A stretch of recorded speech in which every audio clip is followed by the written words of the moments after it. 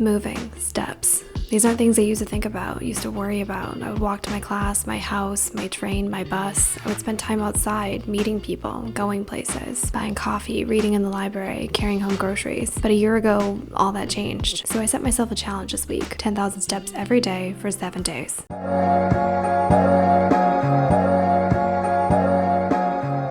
Here are the rules. 1. I have to complete 10,000 steps before midnight each day. 2. I have to use a step counter for accuracy. I'm using the FitBit Inspire 2. And finally, the only steps that count are the ones in my apartment. I did this because although I can leave and get groceries where I live, a lot of you can't. Sometimes life limits us. Sometimes these limits can help us grow. This week is about movement for everyone, and so for the most part, I'm doing this little route through my kitchen, in my 600 square foot apartment. I didn't take measurements. A week is nothing in the span of a year. I wanted to know how I would feel if I could see my muscles growing, my digestion getting better. Sometimes we don't know what something is doing for our body until we stop. I wanted to see what all that walking did for me. The week started off well.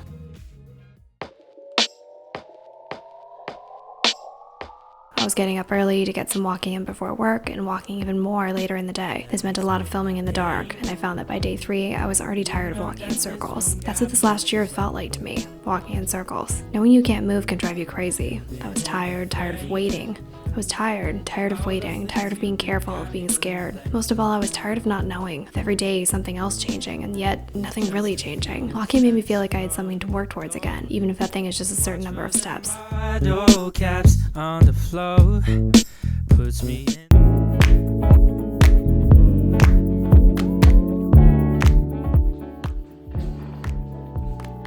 Today we made some bad decisions. Day 4 was different. I was busy and I couldn't make time to walk around, so I found myself walking later at night, waiting for my counter to hit 10,000 so I could get to bed. I was tired and cold and I wanted to be doing anything other than this. I told myself that this was crazy, that I shouldn't be trying to hit a made-up goal, that I should just sit down, that I should just take a break, that I should just stop. I'm at about 5,000 steps now, and I'm drinking wine and watching Grey's Anatomy and doing laps around my apartment like a crazy person. So I kept walking. And yes, I drank some wine and watched Grey's and grumbled the whole way through. 9 p.m. is not an ideal time to be doing something you don't want to do, but sometimes things aren't ideal. When I started this, I told myself I would walk 1,000 steps every hour for 10 hours and then be done. Easy. Sometimes plans don't work. Sometimes you find yourself walking in your kitchen at 9 p.m. because you still need 5,000 steps, and that's okay. Plans don't work all the time.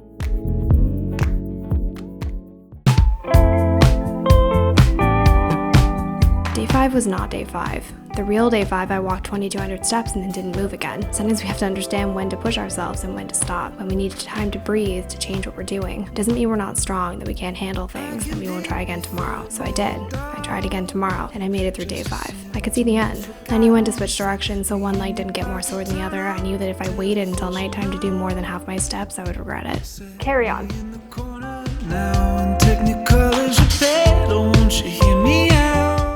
On day 6, I did something I hadn't done before. I finished all my steps early in the morning. I put on YouTube videos, made coffee, and made time to move my body. It might sound silly getting in steps, walking around my kitchen like I'm running a marathon, but in just 6 days, I was different.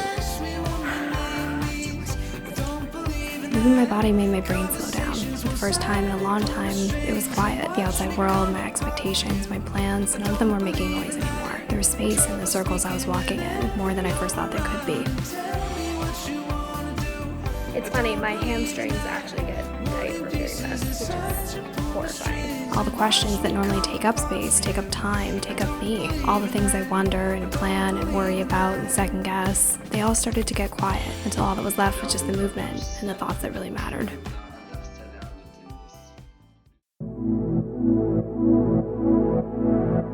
When I'm moving out in the world, I don't usually feel it happening. Let's keep going. Without me even having to think about it. That's the bonus of walking to get my groceries or running to catch my train. My body was getting the movement it needed. This week, I did have to think about it. Like a lot of other things this past year, I had to think about it more than I used to. I had to learn how to be comfortable in a routine, repetitiveness, how to find space when there wasn't any. If you look really closely, you can see the cat is curled up there. Hi. What you doing? What you doing? So what happened to my body? The biggest change I noticed was just how much harder my body was working. I'd done this small thing, this thing that I was almost laughing at, this thing that I did while I thought or watched TV or drank wine, and yet this small thing changed me, changed my week, changed how my body was working. It can be hard to see how the little things I do, what I eat for breakfast, whether I snooze in the morning, what time I decide to get dressed, can change so much about my day, about my life. Mistakes.